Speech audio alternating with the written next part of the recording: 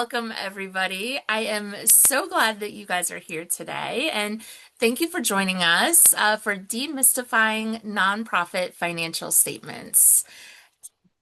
And I do promise that this session will not feel like an accounting class, so don't worry. Our goal is simple. We want to give you the tools to understand the financials confidently without needing a CPA license. But if you're a CPA, that's great. We welcome you. Nancy and I are, so perfect. And Nancy and I are both here with Han Group, and we believe that finance doesn't have to be intimidating or inaccessible. Everything we do comes from a people first mindset. And behind every number, I'm sure Jennifer, you'll agree with this, behind every number is a mission, a staff member, a constituent, and a community.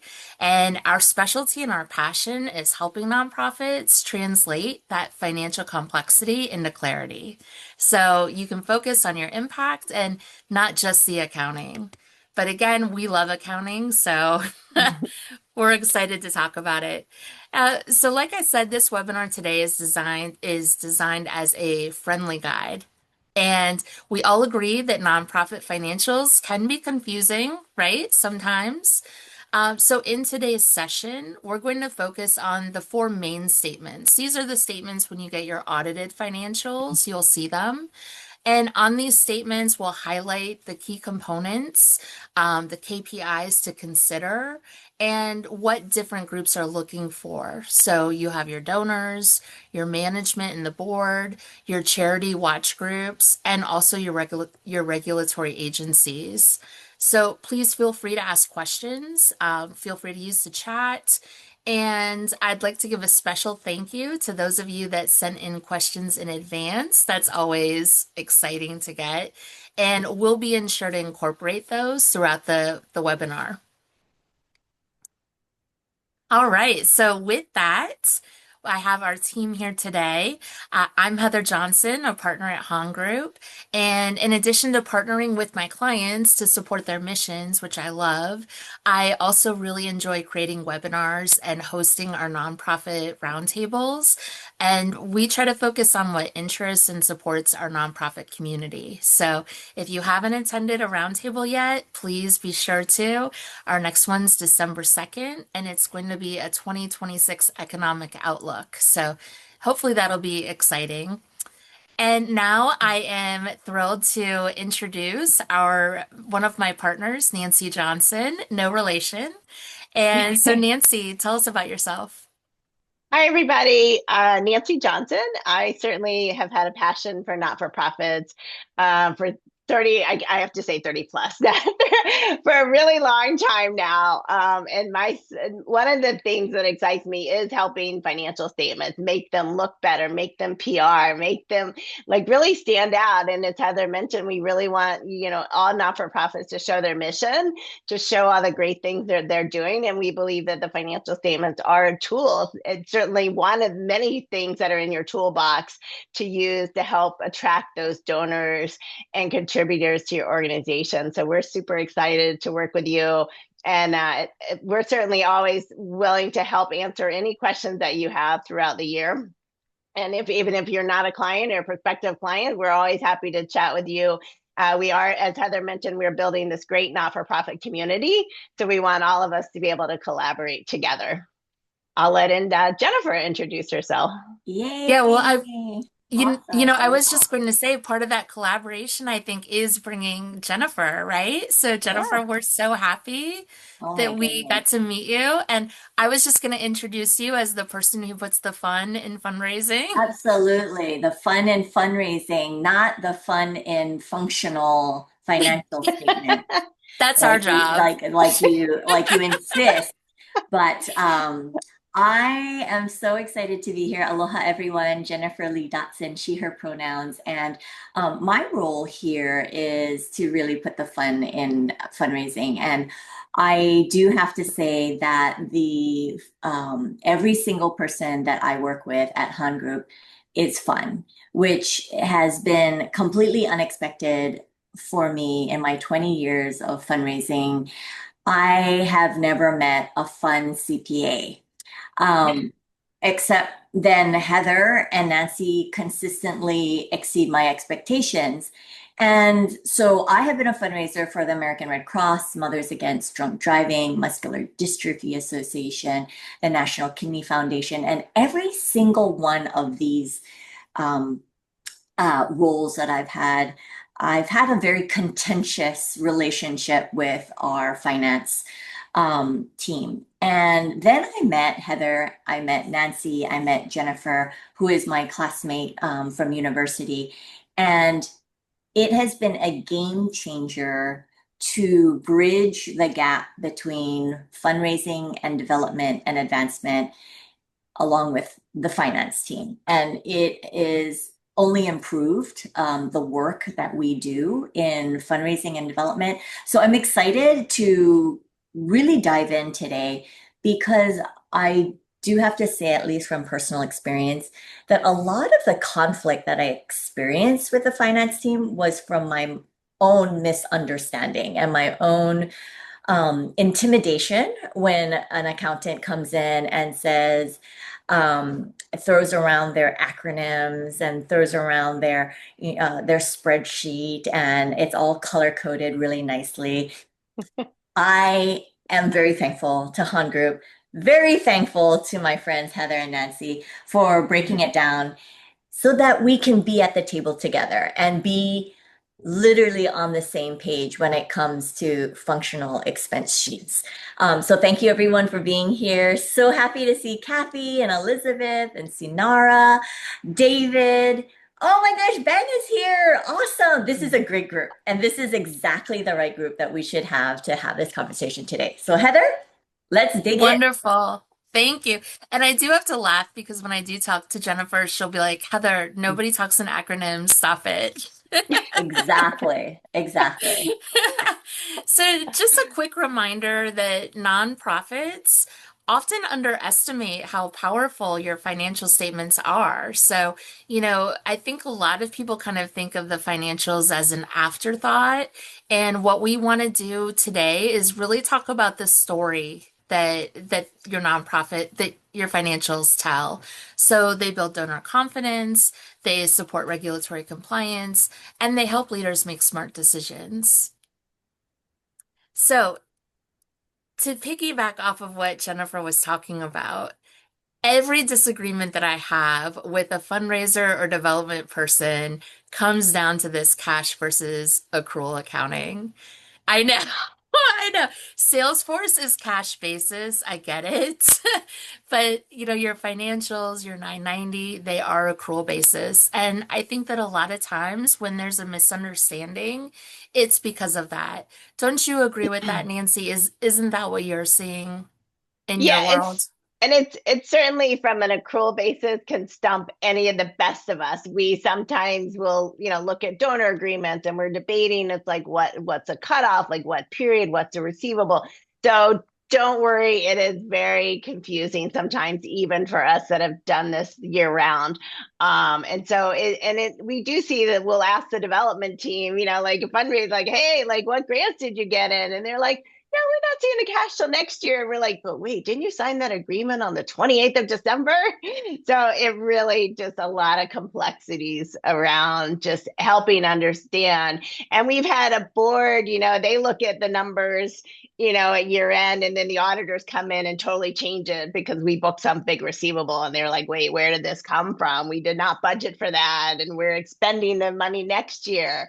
So not-for-profits get really wonky sometimes with these peaks and valleys of getting having to record a large grant in one year, but then we're spending it the next 2 to 3 years. So we get that there's a lot of multi-year grant agreements out there that just drive your financial, statements nutso because you're like, this doesn't match revenue and expenses. So yeah, Yeah. definitely an issue. Yeah, yeah, and I will say some of it's just definitely an education thing. I'll say I think that my most successful relationships with my development people are when we do a reconciliation because neither one of us is wrong. It's important to see things on cash basis as well. So your Salesforce report from on a cash basis, that's great. Now let's do a reconciliation and show how it agrees to those financials. And that's where I think just having that monthly meeting where you sit together and you both look at the numbers together goes such a long way. And also, as you are putting together your grant agreements and you're getting these donor letters, let us know about them in real time. Let's talk about them. Let's talk about what wording you put in there, because sometimes that'll make a big difference between whether it's restricted or conditional, lots of different things. Oh, and I'm sorry. I think that I said that I would monitor the chat, and I just Did you want to show the realized. Actually, there's PowerPoint? nothing in the chat right now except Oh, okay. for, yeah, except for AI assistants letting us know that But do you have the that PowerPoint shared, yeah, so I Heather? was gonna say you have Yeah. a really great slide on cash versus accrual accounting. Did you Oh, want to I'm, am I did you not want to share? sharing it? No, Nope. no. I mean, I love a good reconciliation, and so we are reconciling the Heather and words with the slide the deck. presentation. I'm So sorry, what are you guys seeing right now? we're seeing your It's beautiful smile. the gallery. We're seeing some black blank squares on the Zoom with Oh, everyone's names. I'm sorry. So you guys are not seeing the slide deck at all right now? Nope. Not at all. Not at all. And Oh my the cash gosh. versus accrual slide was particularly interesting to me because it's such a nice breakdown. Well, yes, I One, thought that I was sharing it. it's okay. So It's okay.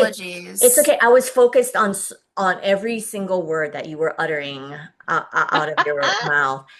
Thank Um, you for telling me now and not waiting until, the Very end to end. be Waiting like, I until an wish you had hour from shared now. that. Like I said, it's always I love a good reconciliation. So Um, Same, same, where's so AI Jennifer. when we need so her? so once a month is your recommendation. I mean, I was doing it weekly at some really busy points of the year. For example, right now, Giving Tuesday is coming up, holiday giving, year-end giving. Would you say, Heather, that it could be as often as once a week, weekly meetings between development and finance? Absolutely. Yeah. Whenever you have a busy period of time, absolutely. It's always great to meet. I think we would rather meet more often than less. I think that once a month feels realistic for the Yeah, most part of the yeah. year, for sure.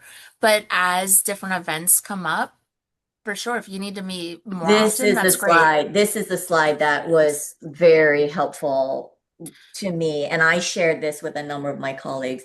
Um, you know, Speaking of reconciliation, I always recommend bringing donuts to your meetings with your finance people. It helps a lot. That's good to know. Okay, and we will be sharing the slides afterwards too. So because you guys missed some amazing slides. No, I'm kidding. Just just the previews. But we did at least have our Oh, picture. Heather.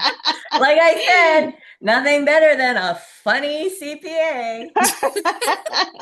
Ha Okay, so ha. getting back to it, like I said at the beginning, and hopefully you guys can see the slides now, correct?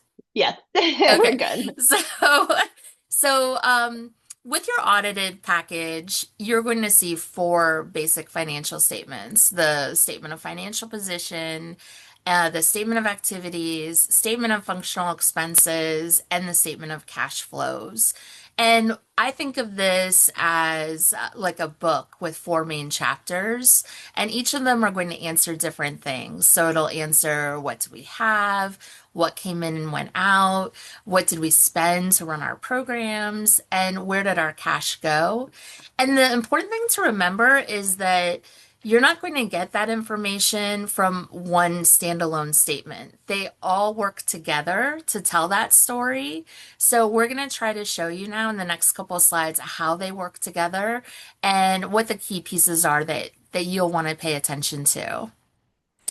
It's funny when I get, development people or grant people will reach out to me and they'll say, okay, a donor, they want a balance sheet. And I say, okay, here's the statement of financial position. They go, but they want a balance sheet. I say, okay, well, actually, it's the same thing. So they are the same thing. They just have different titles to indicate that it's a nonprofit. So a nonprofit balance sheet is called a statement of financial position. And if you look here, this is a sample nonprofit balance sheet or statement of financial position. And the thing that I wanted to point out is it really does balance. So we have all I of was our gonna say I've already assets. audited it. I know, I know. It has all of our assets, and that balances to our liabilities and net assets. I have a Jennifer, you have a yeah, I have a hand. quick question. Number one, Absolutely. why I think we need to ask this. Why would a donor ask for a balance sheet? Yeah. Well, the statement of financial position, normally a donor is going to ask for your financials. They're going to say, Right. "Hey, can we get your Perfect. audited Perfect. financials?" Because So it's page one. they want the information to build trust, to know that their support is going to a worthy cause, all of those good things, right?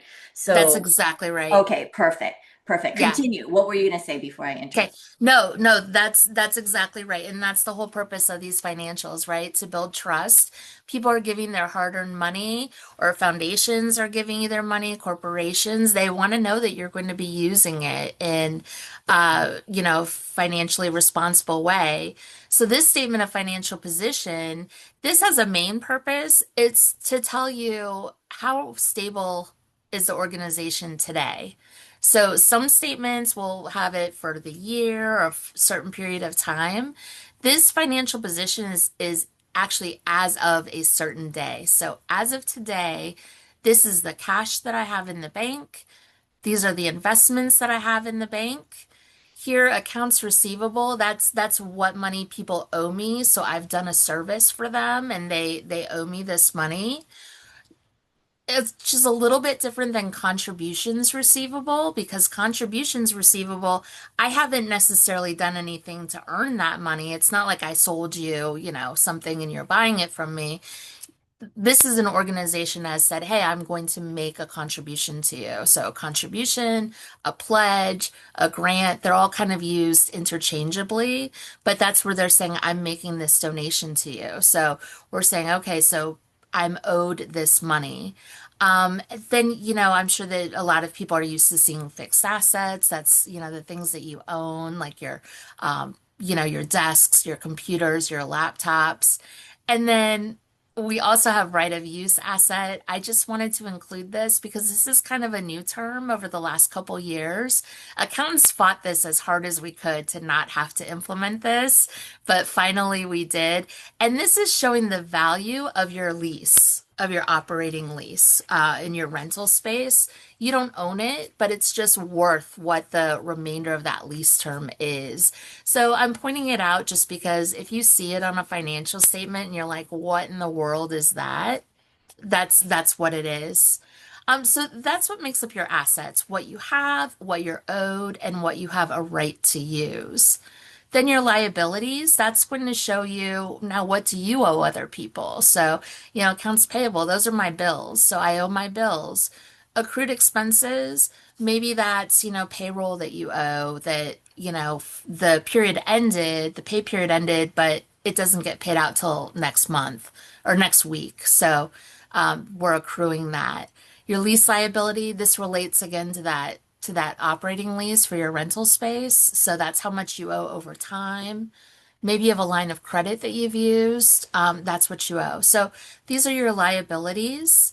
And then we have net assets. So net assets, that's the difference, right? So that's what we call your reserve in the for-profit world, your equity. So it's saying, okay, if I have all of my assets and I were to pay off or, dispose of my liabilities, what would be left? What's left to use for my organization, for my mission?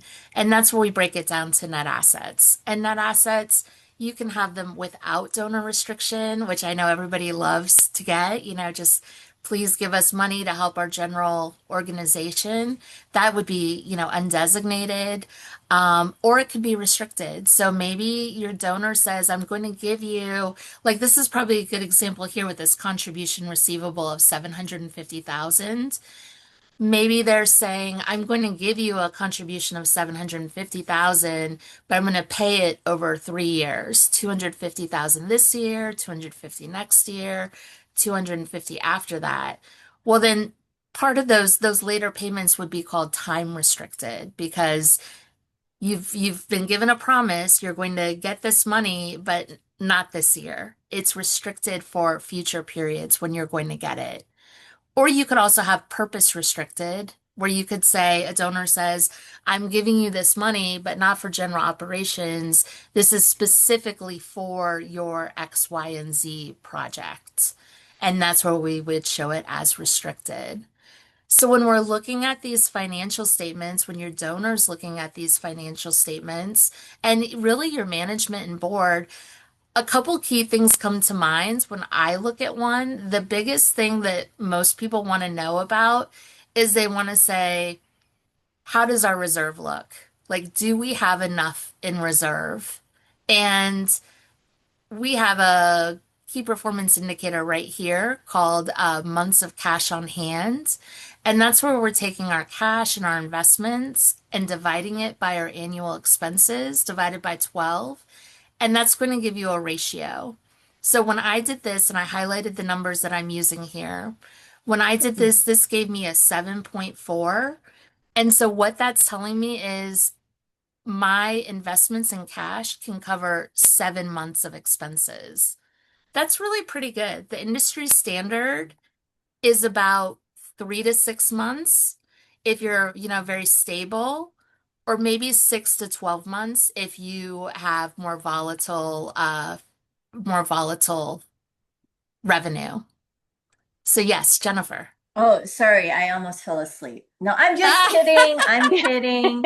I'm kidding. This sample that you're showing us, is this what you're saying should be like a maybe like a template of the items you would show to a donor? Yeah, this is pretty much our standard set of Okay, financials. This is how okay, most people would do it, okay. similar. Okay. No, I appreciate that because having a sample like this is very helpful. I will say that anytime a donor asks me for a balance sheet, I'm a little irritated. I'm just like, what? Like, don't you trust me?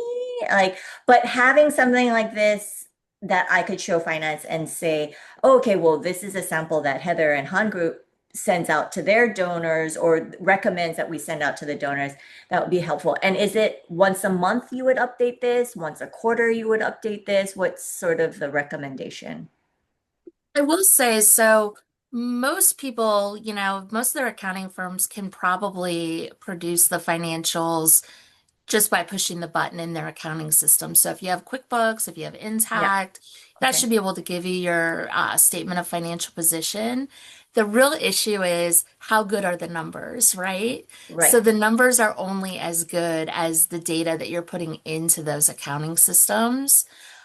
I'll say on our end, we try to keep our numbers as real time as possible. We try to get that information in so that we can give you good financial statements. So if you're keeping your numbers up to date and your financials are in good shape, absolutely. I would be giving the financials, management should be reviewing them monthly at least. Um, Monthly is reasonable. The board, we did get a question about how often to show the board. Mm-hmm. It really kind of depends. This is a volatile year for nonprofits. So I would say, meeting with your board more is good. Maybe your board's getting the same results, the same financials monthly, or at least the finance committee. If not, I would say probably quarterly would be good. So, depending on your situation, your cash flow, if you have, t ample cash flow, no issues, quarterly, twice a year is fine, annually at the least, of course. Okay. Um, but you want to make sure that the information that you're giving is good. You don't want to Yeah. just, I want to review it before the donor sees it, to tell you the truth. But I don't want to stop everything else I'm doing to like review a balance sheet every time a donor asks me for it. But I understand what you're saying. Again, you had a whole webinar on sort of the building trust and the ethics of sharing these financial documents with our donors, again, in the spirit of transparency. I do see a great question here from Victor in the chat. Do you mind if we kind of address oh, it and please. then move on to the next slide because we have a lot more information. So Victor is asking, wouldn't a higher operating reserve ratio be more stable and low risk? So, here's the thing about reserve. With nonprofits, it's kind of like what amount is the right amount, right? So, and what we saw with the pandemic, especially, we saw a lot of nonprofits really grow their reserve because, they'd kind of pretty much shut down operations, but we're getting a lot of contributions in still, which was good if you were lucky to be in that situation. So I now have a lot of clients who actually have grown this big reserve. And, to have 3 to 6 months of expenses in a reserve is okay. 6 to 12 months, I think people feel really pretty comfortable with that. That feels good and safe and secure. But if you get to the point where you have, 2 years, 3 years, more like that in reserves, at some point, people are going to question, well, why am I still giving to you? Why do I need to donate with you to you? You're just growing this huge reserve. Are you not spending that money? And you have to remember you're a mission-based organization, so you need to make sure that you're investing in your mission and doing what the donor wants you to do with that money. You're not an investment broker, right? Your purpose isn't to sit there and just have this money sit forever. So it's really, I would say before this year of 2025, I was having a lot of conversations with my clients about, hey, let's look at your 5 year strategic plan and figure out, what is the plan for that reserve? What do you want to do? Do you want to start spending it down? Then 2025 came with all of the changes, and everybody got nervous and said, no, we're just going to hold on to our money, which is fine and understandable. But I think that we're kind of at that point again now where we want to start looking at these reserve balances. And if you do have multiple years worth of reserves, I would say it is time to have that talk with your board and your finance committee and say, what is our long-term plan to use these funds? Do you have anything to add to that, Nancy?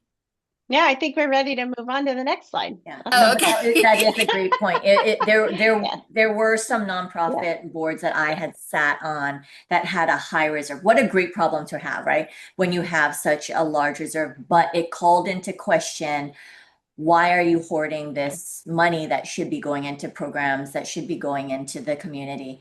And a lot of deferred, maybe even technology purchases. Why aren't we using this reserve to improve the organization and maybe even give staff raises? Hello, hi, paying our staff more. But in any case, great point. And I'm really glad Victor asked that question. So I Yeah, have a ton more slides though, Heather, right? yeah. No, Yeah. thank you. Thank you, Victor. And I will say, as far as staffing goes too, one thing we've seen is nonprofits, people do so much with so little.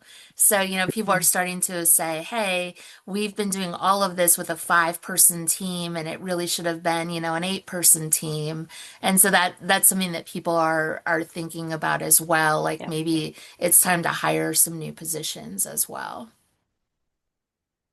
All right, so the next statement is the statement of activities, also known as the income statement, but the statement of activities is the nonprofit term. And this is the one that's like an income statement, but with a mission twist. I'm going to hand it over to Nancy to talk about. Great. Thanks. Yeah, so certainly one of the key components of this is spreading out your revenue diversification. So that is really going to be where you're going to split out your contributions from your dues, and dues could go contributions as well, but it's important if you're cultivating your members and you're showing how important they are, then really just reflect that as a separate line item. Certainly, if you're doing an exchange, the new requirement now is that that needs to be its own line item.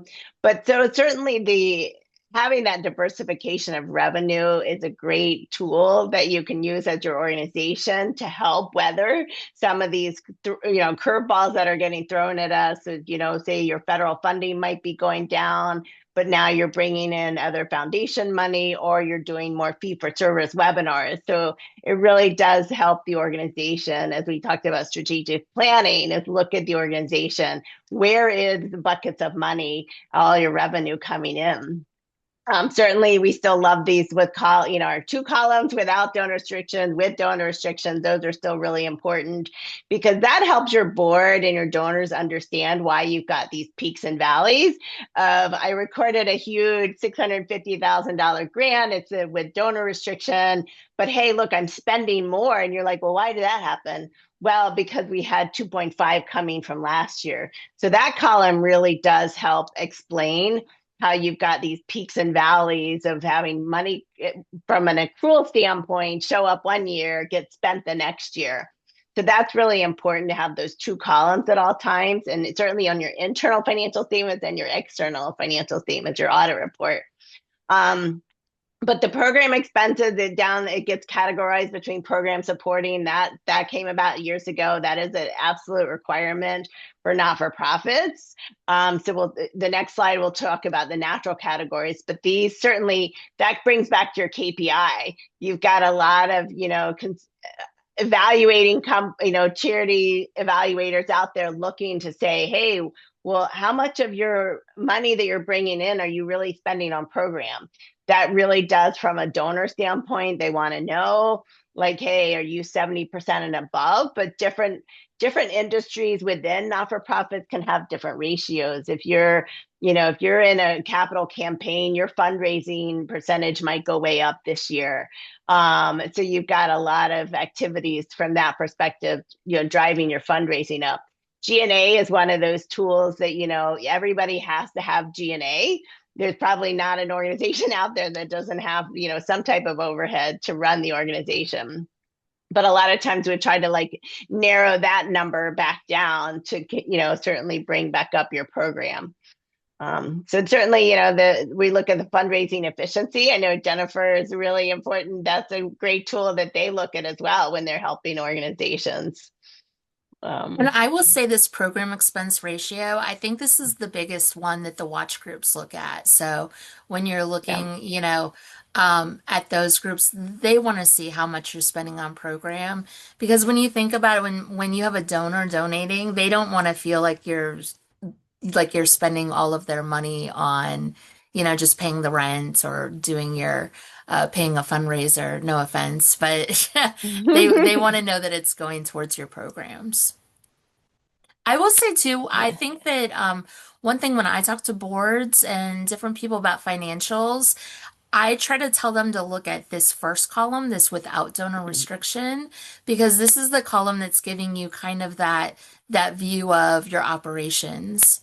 So we have this Yeah. weird line here that says release from restrictions. It just means you got this money in last year or in a prior year, but you're able to use it now this year because met of a restriction. So either, it was saved for a future year or a different program, and now we're able to use it. So when this moves over, then this can kind of give you your blueprint for this year and how you're doing Mhm. this year.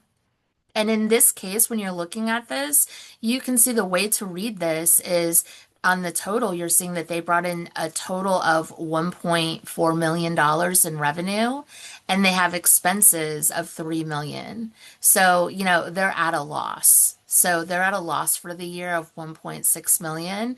And I just made all these numbers up, so don't get too worried about them. But they're at a loss, but they had a beginning net asset balance. That's that reserve we were talking about, which if you remember was, came from the statement of financial position. So they have a beginning reserve balance of 4 million. They've used up 1.6 million, so they still have an ending net asset reserve balance of that 2.4 million. So you're going to see the 2.4 million here on the statement of activities, and you're also going to see it here on the statement of financial position. Just important to show you kind of this statement of activities is showing how we got to this number. What was the revenue and expense that brought you to that? See, Heather, one of the tools that I use is when I'm explaining it to the board, is I won't use the word gains and losses. I will actually say it's a decrease. So you Yeah. have an increase or positive change in net assets. You might have a decline or a decrease in change assets.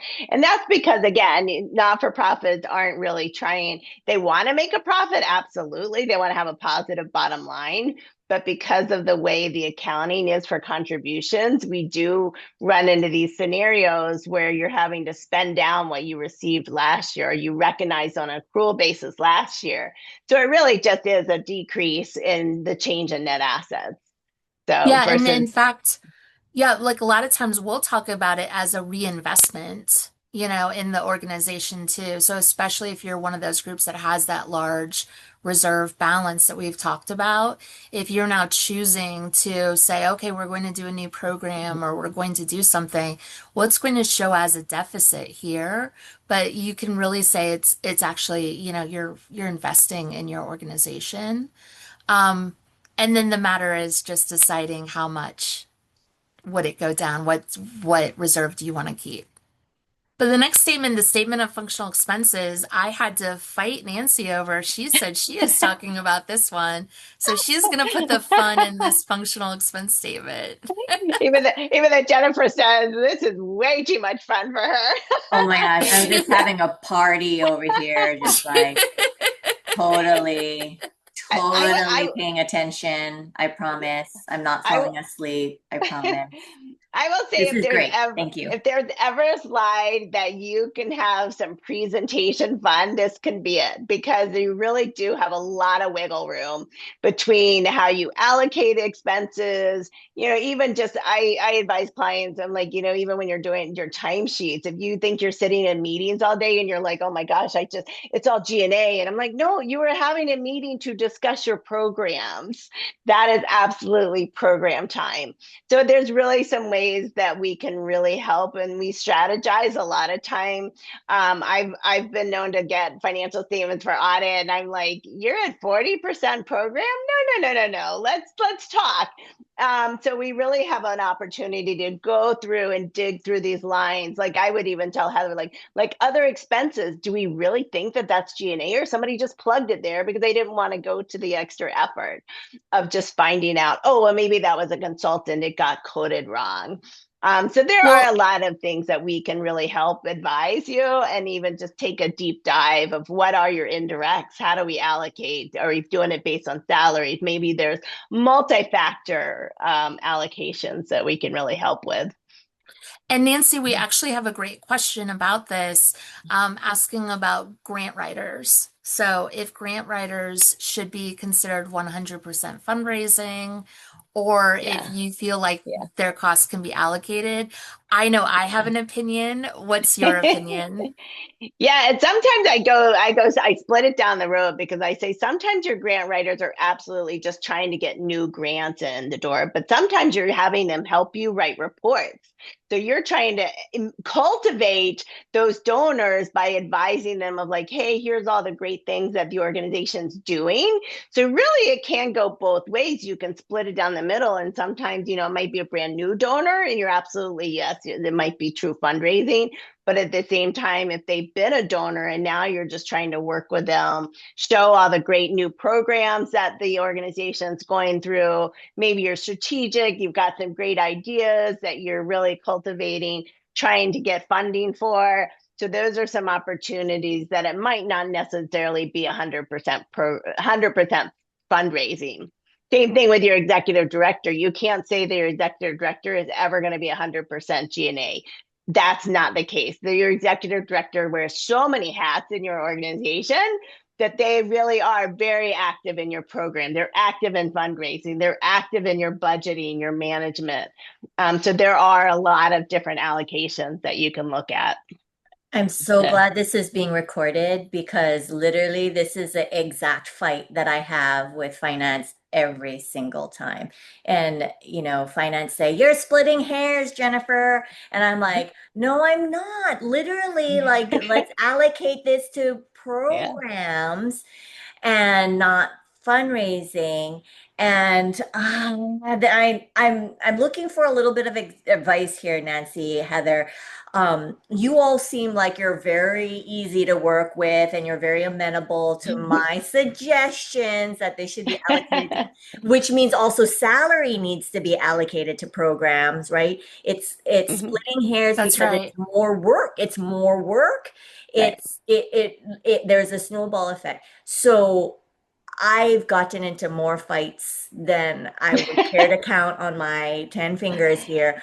What are your suggestions? Literally, what are your suggestions to someone like me that like either get a better personality or buy more donuts, or like what are Poor your Jonah. suggestions in this whole debate? How much should be allocated to what and where? And if there's a disagreement, who wins? Does the executive director get to decide? Do we do rock, paper, scissors? Like literally, Well, how do there, you resolve this? yeah, and it's definitely not just a made up thing. So there are, Right. we allocate based on how people spend their time, or it could Mhm. even be, square footage of Yeah, your office space. I've been known to walk around with a measuring tape. How big is your office? Yeah, I know that, exactly. Your you can reach rubbish both walls can of my takes up office. more space over here on the side of the desk. No, so who wins? How do you determine if Yeah. like there's a disagreement? Who gets to call the shot? Yeah, Well, well, I get. here's the thing too, just to remember Yeah. that, it's not black and white. So, and this is where you want to have those discussions with accounting. We'd want to be consistent. We want to be, Mhm. reasonable. So it's not like you can look at the back of a book and find the exact answer. But I Right. think that understanding how these numbers impact your organization goes a long way too. So if somebody doesn't think about the fact that donors and watch groups are going to be looking at, oh, what percentage do you spend on program? If they don't know that, then maybe they're like, yeah, just put it all in G&A, it doesn't matter. But then when you start to explain, no, Mhm. actually, these are the metrics that people are looking for, Mhm. hopefully that will make them more inclined to do that work. Yeah. And Nancy, I did you think, have? yeah, I think it is about the methodology and consistency because it's an estimate. At the same time, if you're estimating based on your time and effort, then it's really how you're documenting that time and effort. So again, some people are meticulous with timesheets every week. Some people are more, here's my calendar. I'm going to go through each month and decide. Because you could, again, have some months that are more heavy towards fundraising, which are definitely towards the end of the year. Whereas, you start back January and again, you're working more programmatic type. So it could be just a methodology of it's based on time and effort. And then that time and effort is not a consistent thing. It's going to change every month as you go along. So I think it's Yeah. just a matter of documenting, whether you're going to follow timesheets or whether you're going to follow estimates. But that's certainly the key to it is just creating that documentation. And I do recommend don't leave those program dollars on the table. So Yeah. I've worked with several organizations who do direct mail, for example, and they just put it all into fundraising, which breaks my heart. And I'm like, no, no, let's just add a few things. Like let's add a call to action, which, Nancy, you were saying it could just be change Yeah. your smoke detectors. So Yeah. let's just add a call to action. Let's do a few things so that you can allocate those costs out. So if there are, and this again, I think comes down to the fact of let's just have those conversations even before you do the activity. Say, hey, here's the activity I'm going to do. What's the best way to format this so that, it looks good. It shows the great work that we're doing. I will speed through this next statement because nobody likes this statement anyway. This is so the other three statements that we show for most of my clients, we do those three every month. Those are all monthly. They go to the management, the board, if the board wants it monthly. The statement of cash flows, though, a lot of times, oh, Jennifer, wake up, Jennifer, wake up. Cash is king. I know. But I would say the statement of cash flow is a little bit harder to read, harder to understand. So normally we save this for the auditors. And it does, yeah, we don't do it monthly because it's not really worth the time and effort to do it. But just very quickly, it does show you how your cash is being used. And in this organization, and again, they all tie. So we have a net loss of 1.64 million, which you saw in your statement of activities, the net loss of 1.64 million. It's showing you your different ways that money came in and out, but it's showing you right here your net cash used in operating activities. You actually lost money. You didn't bring in money through your operating activities. So even if you don't fully understand what's happening, that's just one thing to look at. So this organization, this made up organization, has stayed afloat this year because of their investing. You can see they brought in $1 million by selling their investments. So it's not that they went out and earned stuff. It's not that they went out and got new contributions. They just had investments and they liquidated them, probably to, pay payroll or make cash flow, whatever. So that's what people are seeing when they see this cash flow statement. Okay, so with that, on all of the statements, I'm going to wrap up because we're almost out of time, and Jennifer is very sleepy. We got to get her awake. But we did on these statements try to include some of the most popular KPIs. I know that that was one of the questions. These are the KPIs that I show my boards, even my monthly client meetings now.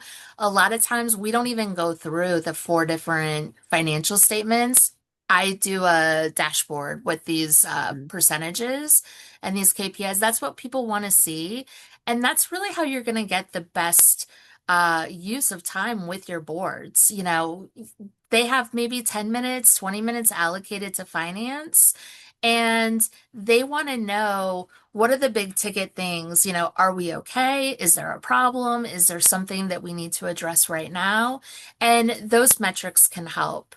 In addition to those, I'm including here some additional KPIs as well. These ones are about liquidity. If you have tons of cash in the bank, maybe this isn't one you need to focus on. But if you are in tight cash flow times, I would absolutely be focusing on your liquidity. When's your cash? This one is every auditor's favorite KPI is about revenue concentration. And this year with 2025, we really saw this come to roost with all of our poor nonprofits that get a lot of federal money. That federal money dried up or got canceled and they had real problems. So that just shows the importance of, trying to diversify your funds, either the type of money you're getting in or the donors that are giving that money. Um, a KPI for working capital, that again wants to know, hey, can you do the work? And then for Jennifer and Jennifer's friends, all these fundraising efficiency, this is important to know too.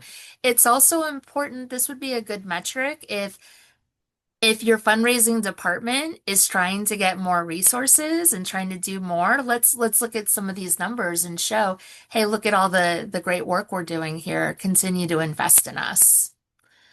Sometimes I And think it's key too when you're trying to find out, do I have a huge volume of small donors or am I concentrated in just a select really high dollar donors? So it really can make a difference when you're looking at these fundraising is to say where's the majority of your funding coming from so you know how to really strategize your process going forward. exactly, exactly. And then, really the key is just to remember as you are taking these financials, just thinking about the fact that your stakeholders care about different things. So your donors want to know, is my money making a difference? Do I trust you? Should I invest in you? Your board wants to know, hey, are we financially sound? Can we pay our bills? Are we bringing in the money we need?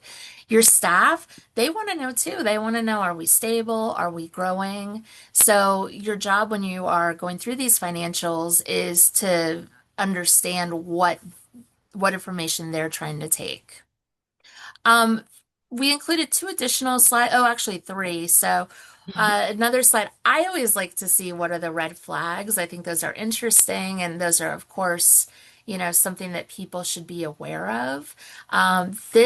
When Nancy, as an auditor, comes and talks to the board, she's going to say, "Hey, be on the lookout for these red flags." Nancy, do you want to talk about any of them?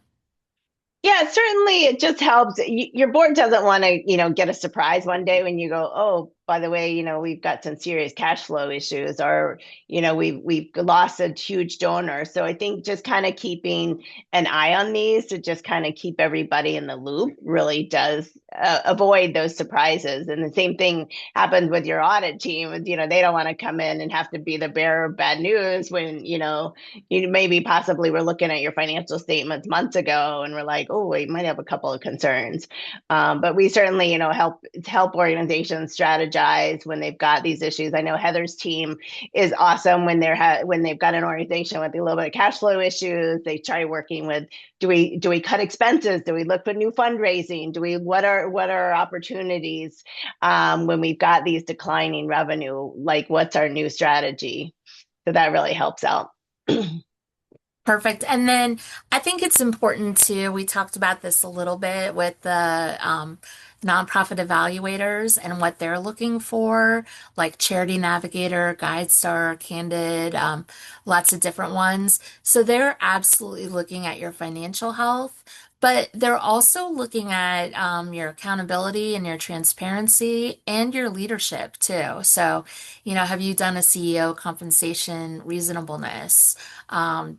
Do you have your whistleblower policy? Do you have different policies in play?